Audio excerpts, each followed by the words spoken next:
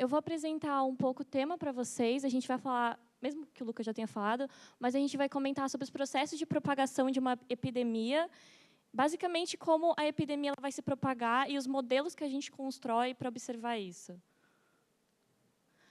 Tá, mas o que seriam esses processos de propagação? Basicamente, é quando uma... Eu estou falando do biológico, né, no contexto biológico, porque também tem os rumores. Mas, enfim, é basicamente quando uma pessoa ela transmite, ela está infectada e ela transmite, contaminando uma pessoa saudável.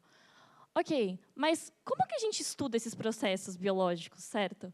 Basicamente, eles são fenômenos muito complexos e a gente usa a modelagem matemática para explicar eles. Porque a gente modela algo simplificado que vai representar um fenômeno complexo. A gente faz isso através de conjuntos matemáticos, símbolos matemáticos, que vão representar esse objeto. Tá, quando a gente cria esse modelo, a gente precisa trazer um resultado a partir dele, certo? Trazer mais informações, porque senão a gente não vai entender o que está acontecendo nele. Existem duas formas da gente fazer isso, que é pela solução analítica e a solução numérica. A solução analítica, você vai receber uma função como resultado e você faz normalmente na lousa, no papel, manualmente, sabe? A solução numérica, você vai ter algoritmos, e esses algoritmos vão calcular soluções aproximadas desses problemas matemáticos. A gente vai receber esse tipo de informação através de gráficos e redes e coisas assim. Eu vou falar para vocês sobre um dos modelos que a gente trabalhou, que foi o modelo de compartimento determinístico. Ele foi criado em 1927 por dois matemáticos, que os nomes estão ali. Então, o que acontece nesse modelo? Imagina que tem uma população. Essa população ela vai ser fixa, ou seja, não vai ocorrer nascimentos, nem ninguém vai falecer. E todo mundo vai interagir entre si. Então, todo mundo vai se conhecer ali, sabe? Então, é uma população que, hipoteticamente, tem um vírus nele. Então, assim, a gente vai dividir as pessoas dependendo em casos de, por exemplo, a pessoa está no estado infectado, a pessoa está no estado saudável. Então, a gente vai dividir esse tipo de classes e, a partir disso, a gente vai usar equações para descrever como elas transicionam entre essas classes.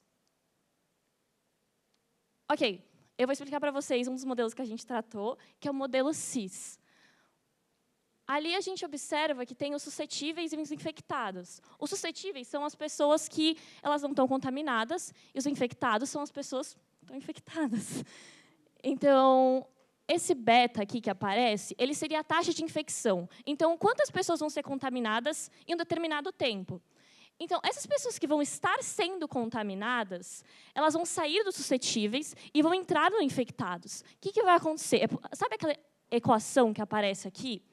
Eu vou explicar um pouco dela para vocês. Esse ds sobre dt, tipo assim, o quanto de as pessoas suscetíveis e como elas variam em determinado tempo. Um tempo muito pequenininho, por isso que é dt. Então, quantas pessoas, sei lá, vão sair ou vão entrar nessa classe S? Quando a gente fala assim, tem aquele menos beta SI, menos significa que está saindo, ou seja, está saindo pessoas dessa, uma determinada taxa de pessoas está saindo de uma classe e está entrando noutra. Só que, ao mesmo tempo, vocês percebem que tem um mi ali, que ele vai... Peraí, esse aqui, ele vai ser a taxa de recuperação. Então, ao mesmo tempo que tem pessoas saindo dessa classe, tem pessoas entrando nela também. Exatamente por isso que a gente coloca o mais. E isso vai ser, proporcionalmente diferente ao de infectados. Pessoas entram quando estão infectadas e pessoas saem quando se recuperam. Tá.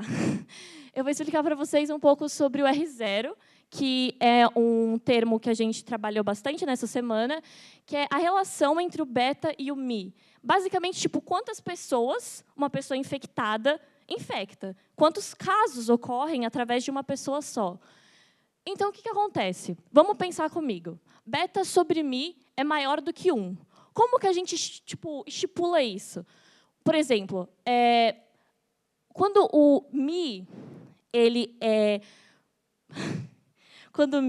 muito grande, Ou seja, o beta ele vai ser pequenininho, ou seja, o número ele vai ser menor do que 1. Não é nesse caso que eu estou mostrando aqui. Nesse caso, é quando o beta for maior.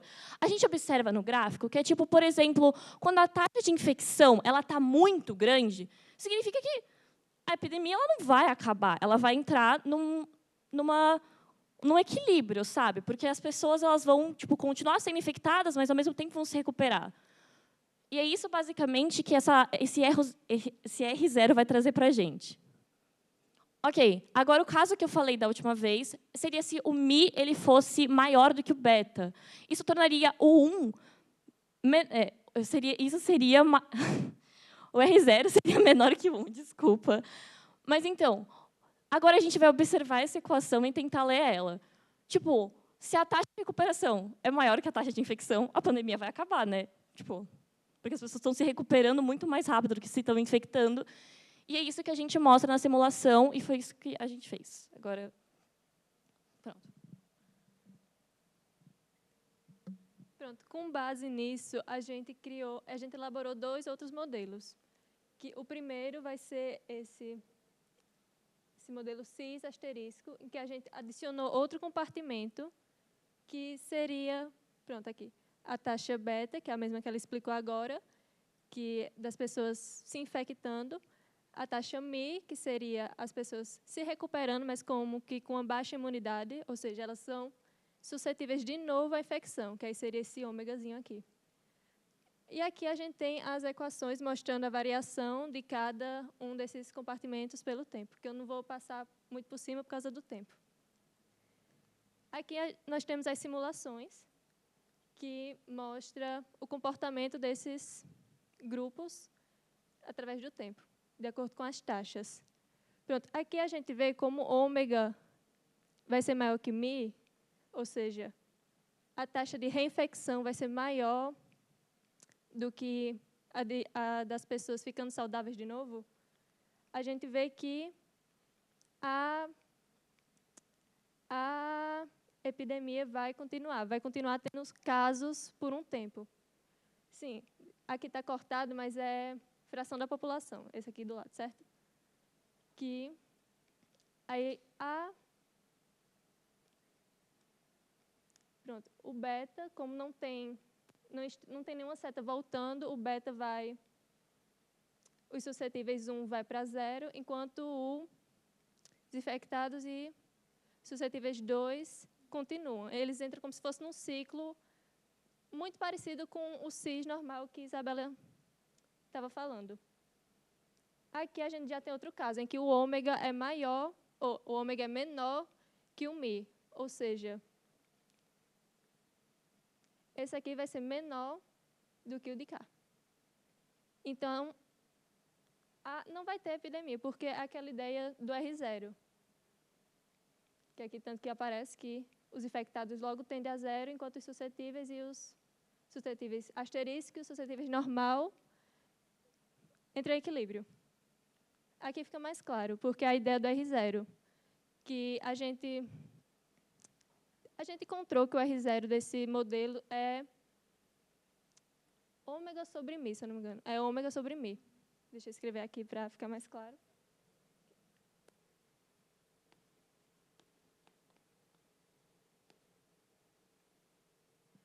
Em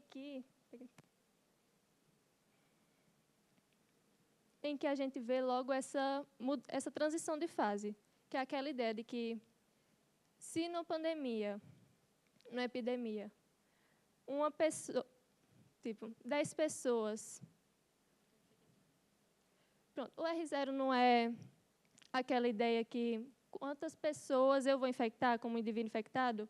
Se isso for menor que 1, é aquela ideia que 10 pessoas infectam 5, que infectam 2,5, vai decaindo. Ou seja, tem que ser maior que 1 para que evolua o número de infectados. Sim, aqui é o epidemic size, que é o tamanho da parcela da população que a epidemia chega. Aqui é o modelo CIRS, que é a mesma ideia, só que a gente adicionou outro compartimento aqui, que são os recuperados, que eles não são suscetíveis à infecção de novo, que adicionou outra taxa, basicamente, que gerou outra outra fórmula, outra equação. E aqui a gente vê a mesma coisa. Que aqui claramente dá para enxergar a diferença entre o beta baixo e o beta alto, que a gente vê como essa aqui é bem mais íngreme, que é mais rápido essa taxa de infecção, e aqui bem mais lento. E aquela ideia. Aqui seria o R0 maior que 1, porque o número de infectados seria maior. E aqui seria menor que 0, porque ele tende a 0. E nesse caso especial, seria como se o número de infectados acabasse, porque nesse ciclo entra mais aqui do que sai. Então, eventualmente, o número de infectados ia acabar e ia se concentrar o número das pessoas aqui. Bom, agora eu vou apresentar sistemas complexos. Eles são basicamente quando a gente tem vários componentes que interagem entre si e são vários componentes pequenos que acabam interagindo entre si, que acabam gerando alguma coisa mais complexa. Um exemplo deles são os neurônios, né, que são várias células, que juntando várias, eles acabam gerando uma coisa mais complexa, que é o pensamento. Para estudar elas, a gente vai usar os grafos. Os grafos são compostos por links e nós e links. Os links são praticamente as ligações, e os nós a gente vai tratar como um indivíduo. O grau de cada nó vai ser a quantidade de ligações que eles têm com outros nós. Então, que nem a gente representa a letra K. O K do 7 ali é 3, porque tem ligação com outros 3 nós, e por assim em diante. Bom, numa rede aleatória, a gente vai ter onde todos os nós, eles possuem geralmente o grau parecido, mas assim, em escala, a gente possui alguns nós com um grau mais elevado. Deixa eu demonstrar aqui.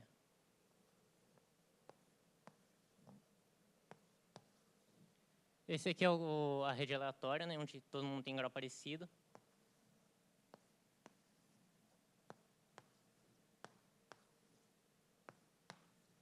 E essa aqui é a rede sem escala, onde a gente tem um nó com um grau maior que o outro.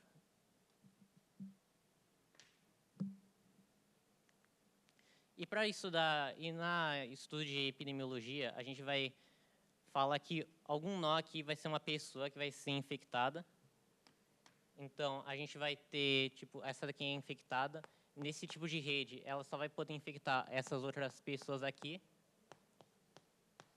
E nessa daqui, a gente vai ter esse infectado aqui, que a gente vai chamar de superespalhador, porque ele tem mais relação com outras pessoas, então ele consegue espalhar para mais pessoas. E daí a gente vai ter uns gráficos que vai mostrar exatamente a diferença entre cada um.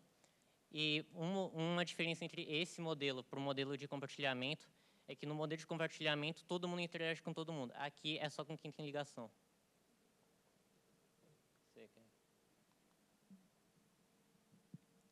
Bom, voltando esse modelo de rede que ele mencionou agora para os modelos CIS e CIR, nós podemos correlacionar algumas informações com as epidemias que conhecemos. Esses modelos eles são bem simples, eles não são tão complexos, porque eles não levam em conta todas as variáveis que estão na vida de cada um. Quando a gente modelo de compartimento para o modelo de rede a gente consegue levar em conta um pouquinho o contato que ela tem com as pessoas. Até mesmo porque não é de uma população de, por exemplo, 1.000 habitantes, onde o habitante tem conexão com todos os 999. Além disso, para poder formular essas redes, nós usamos diferentes algoritmos, onde, para formular a rede sem escala, nós usamos o algoritmo de dois matemáticos, chamado algoritmo Barabasi. E para poder escolher quais eventos que ocorreriam, por exemplo, se ocorreria em um determinado tempo recuperação ou infecção, nós usamos o algoritmo de Gillespie. Aqui eu vou repetir muita informação durante os gráficos, mas a gente pode observar, por exemplo, no modelo CIS, onde a gente só tem onde temos apenas infectados e suscetíveis, na rede aleatória, ele sobe com um certo valor e ele se mantém. É muito semelhante aos gráficos que havíamos visto anteriormente. Essas oscilações que surgem aparecem justamente daquela ideia de que, no mesmo tempo, pode acontecer de um mesmo indivíduo ele ser infectado ou ser recuperado. No modelo CIS, Já no modelo CIS em rede sem escala, a gente tem uma pequena diferença. O número de infectados ele sobe mais rapidamente, enquanto o número de suscetíveis ele também desce mais rapidamente. Isso acontece justamente pelo efeito dos superespalhadores. Essas pessoas onde elas têm um número de links, um número de ligações maior, ocasiona que, quando elas são infectadas mais recentemente em uma epidemia, acontece que você vai ter um número de infectados maior. Aqui a gente tem uma comparação. Aqui, olhando apenas o compartimento de suscetíveis nas redes aleatórias e redes sem escala, dá para perceber mais essa diferença. Em amarelo, nós temos a rede aleatória, onde as pessoas elas têm aproximadamente o mesmo grau de conexão. Se eu não me engano, nessa rede, cada nó tinha aproximadamente 3 ligações. E na rede sem escala, ela não tem, como não tem um limite de ligação, mas ainda assim você tem a existência de superespalhadores, você pode ver que o número de suscetíveis ele diminui. Proporcionalmente, o mesmo acontece com o número de infectados. Ele sobe. Inclusive, acho que eu peço desculpas, mas acho que a ordem do gráfico está errado, porque por ser na rede CIS, o gráfico ele subiria e apenas se manteria estável. Observando o modelo SIR, nós não vemos muita diferença também. O número de infectados ele sobe até um certo nível, e depois ele começa a decair, dando lugar ao número de pessoas recuperadas.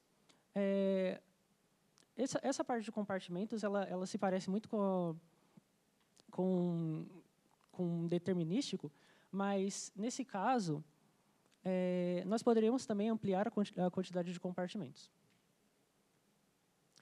Aqui, nós vemos uma pequena diferença com relação à rede aleatória e à rede sem escala. Aqui é a mesma coisa. O número de infectados ele sobe mais rapidamente e, também, como diferença, ele atinge um pico maior. Ele infecta mais pessoas. Como consequência, o número de suscetíveis cai mais rapidamente, mas como resultado desse mesmo modelo SIR, todos os indivíduos retornam para um grau de recuperados.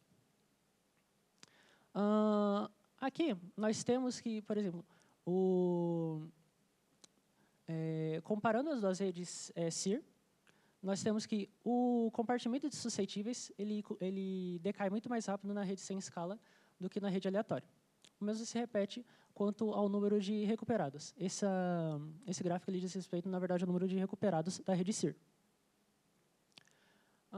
Aqui, como uma forma de análise geral, nós temos uma comparação a diferentes valores, como essas duas redes, no modelo CIS, varia com diferentes taxas básicas de infecção, de transmissão.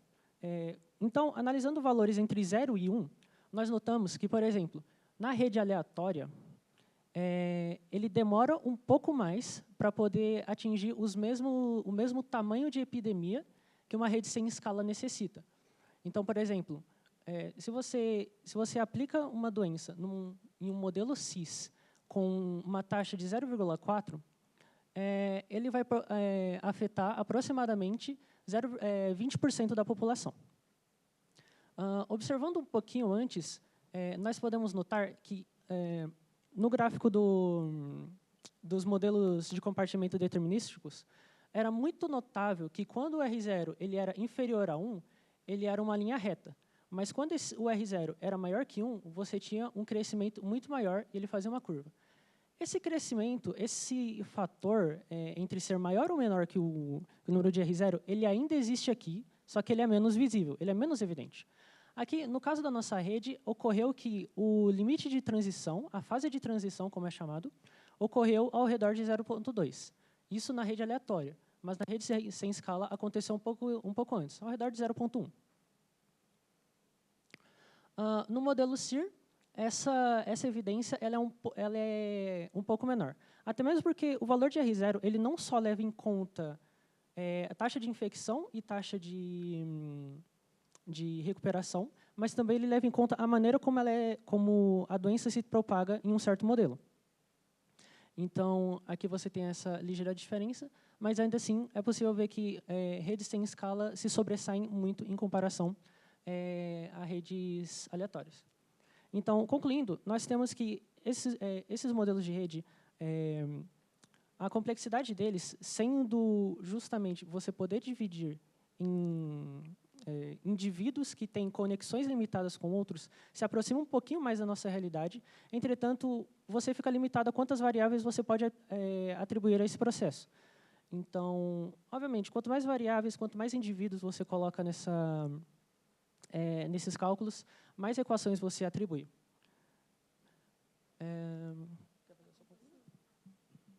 Já na parte de compartimentos, em conclusão, a gente observa que quando a primeira taxa, que é o beta, ela for muito alta, o comportamento do gráfico não vai depender dele, vai depender do ômega, do mi e do delta, no caso do Sears. Isso lá no começo. Isso.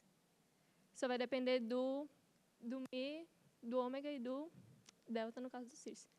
E a gente também observa que ambos esses modelos da parte de compartimentos parecem muito com o modelo CIS normal. E também, para concluir na parte mais conceitual sobre modelos, depende do que a gente quer, a gente vai escolher um determinado tipo de modelo, entende? Então, quando a gente quer um modelo de compartimento, a gente está procurando algo. Quando a gente quer o de redes, a gente está procurando outras coisas. Ambos são muito complexos. Se você quiser complicar mais o modelo, como a gente fez aqui, esse modelo Sears com asterisco, ele não existe. Pelo menos a gente acha que não existe, no caso, né? A gente que incluiu esse asterisco no S, como também o CIS com asterisco, a gente também incluiu ele. Então, a gente pode aumentar mais compartimentos para parecer mais similar com a realidade. Só que isso acaba interferindo também, porque modelos são complexos de se fazer, só que eles também precisam se aproximar de uma realidade complexa. Então, aí tem um limite muito difícil, enfim. Bom, foi isso o nosso projeto. Nós gostaríamos de agradecer a todos que estão aqui, ao Andrés, que foi o nosso mentor, ao João, ao Lucas, que organizaram o evento, a todos que estão aqui. E é isso. Foi um prazer trabalhar com todas essas pessoinhas aqui.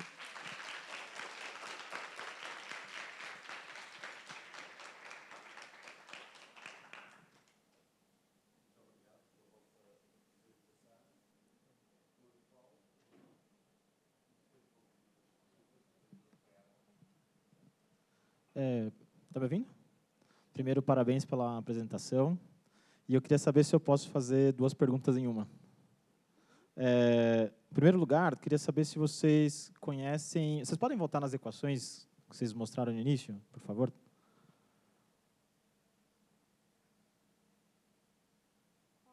Essas mesmo, ou as outras depois. Queria saber se vocês conhecem, se vocês sabem como o tipo de solução analítica dessas equações, se vocês sabem como que tipo de função que seria, e se é necessário, se for necessário algum ajuste no modelo matemático para os modelos que têm redes complexas.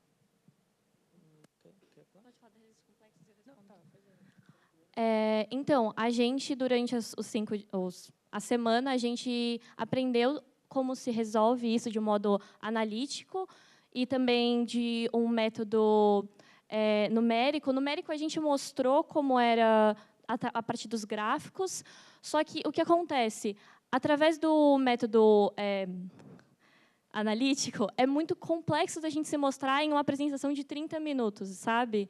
Mas eu não me lembro agora que tipo de função é, então eu fico te devendo essa, mas se você quiser, eu posso passar depois.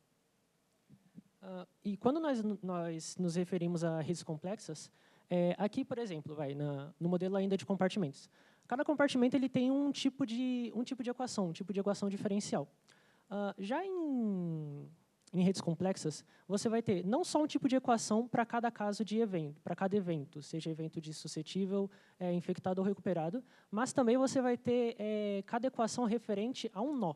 Então, vamos supor, você tem uma rede com 10 nós, você vai ter 10 equações. Só que uma rede com 10 nós não consegue representar quase nada da realidade. Então, normalmente, essas simulações elas são feitas com 1.000, 10.000 nós. Então, fazer numericamente, até numericamente mesmo, que fosse por aproximação, 10.000 equações, não dá. É muito custoso, é muito trabalhoso e toma muito processamento.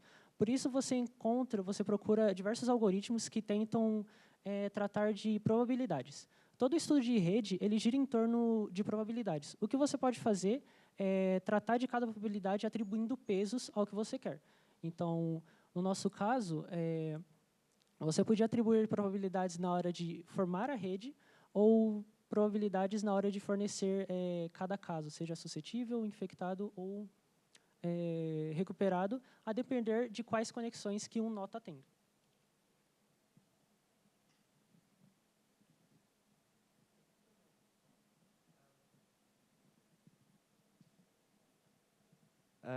Bem, obrigado pela apresentação, gostei muito. Eu queria perguntar, portanto, vocês sabem o que acontece no modelo SIS quando o R0 é maior do que 1 e quando o R0 é menor do que 1, não é? Asterisco ou o cis asterisco? Sem asterisco. Aqui a gente demonstra quando... Exato. Eu queria agora perguntar o que é que acontece se o R0 for igual a 1. O que é que vocês acham que acontece? Vai para 0 o número de infectados ou a pandemia acaba ou não acaba? Putz, espera um pouquinho, a gente precisa pensar, isso é uma pergunta. Um fato interessante sobre o modelo de compartimento é que, tipo, a gente precisa analisar muitas coisas, porque a gente está analisando uma população.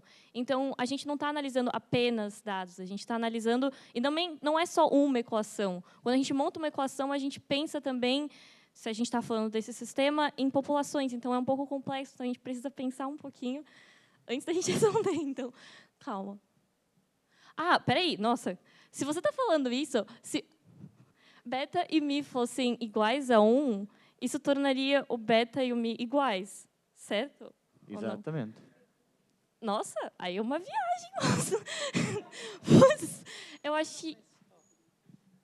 Nós não chegamos a fazer essa análise, mas, por exemplo, olhando só a variação de beta e mi, os dois sendo 1, R0 seria igual a 1, logo, o número de pessoas, a taxa de pessoas que se infectam é igual à taxa de pessoas que se recuperam. Então, seria como se, por exemplo, normalmente quando você inicia um modelo, você instancia qual porcentagem da população é suscetível e qual porcentagem da população é infectada. Esse modelo, esses valores se manteriam iguais por toda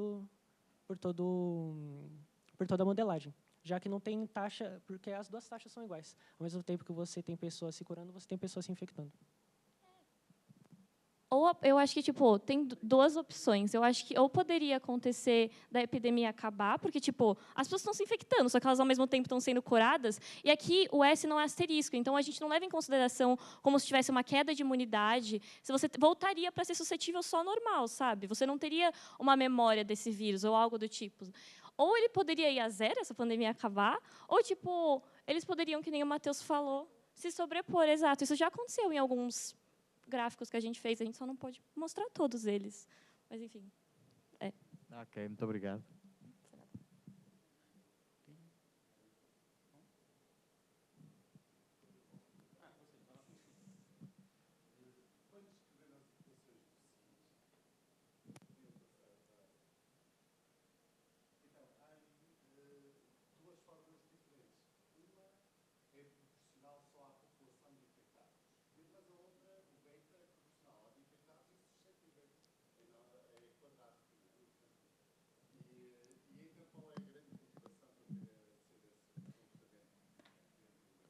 Tá, é porque, pensa assim. Esses daqui são suscetíveis. Esses daqui são os infectados. E esses daqui são suscetíveis novamente. Não, opa, tá bom. Esses daqui são suscetíveis, porque você volta. O que acontece? Para você se infectar de um vírus, depende de você estar saudável e de alguém te infectar, certo? Só que, tipo, para você melhorar, não vai depender de quantas pessoas tem no suscetível, quantas pessoas tem que estão saudáveis. E sim, porque a gente não está pensando em uma pessoa só, isso são classes. Então, tipo, vai alterar ambos os compartimentos, entende? Tipo, calma, eu estava falando numa linha de raciocínio. Tipo, não importa, quando você está doente no hospital, não importa, tipo, quantas pessoas do lado de fora estão saudáveis para você sair do hospital. Só que, tipo, para você ficar doente, você precisa de uma pessoa que esteja infectada e esteja te infectando. Por isso que todos eles estão multiplicando, porque todos eles importam e todos eles... Enfim, é isso. Desculpa.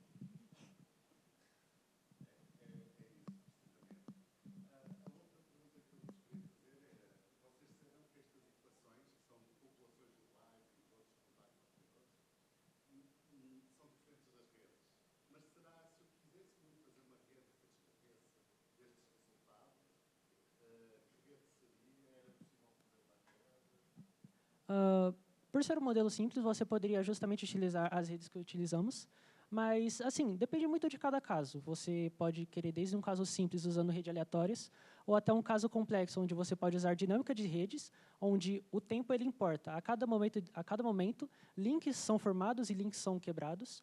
Ou, por exemplo, redes que possuem clusters. Cluster seria uma rede onde você consegue notar, observar conjuntos de nós, concentrações de nós. Às vezes, pode acontecer comportamentos diferentes. É aquilo, cada rede tem a sua particularidade, cada algoritmo, cada modelo tem a sua particularidade, tanto de formação de nós, quanto de formação de... a propagação. Sim.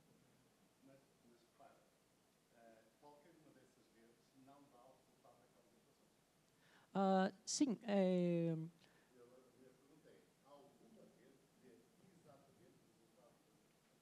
não. Isso ocorre principalmente... Não. As redes é diferente justamente por isso. No modelo compartimento determinístico, todos entram em contato com todos. Então, em uma cidade de 1000 pessoas, todas as 1000 pessoas se conhecem. Aqui no modelo de rede, não. Um nó que está em uma ponta da rede não se conecta diretamente com a outra. Depende de toda uma propagação. Então, nesse caso, você teria diferenças justamente na propagação de R0. E, ao longo do tempo, também surgem aquelas pequenas variações entre infectados e suscetíveis. Então, além claro, do teor probabilístico de todo o modelo de redes.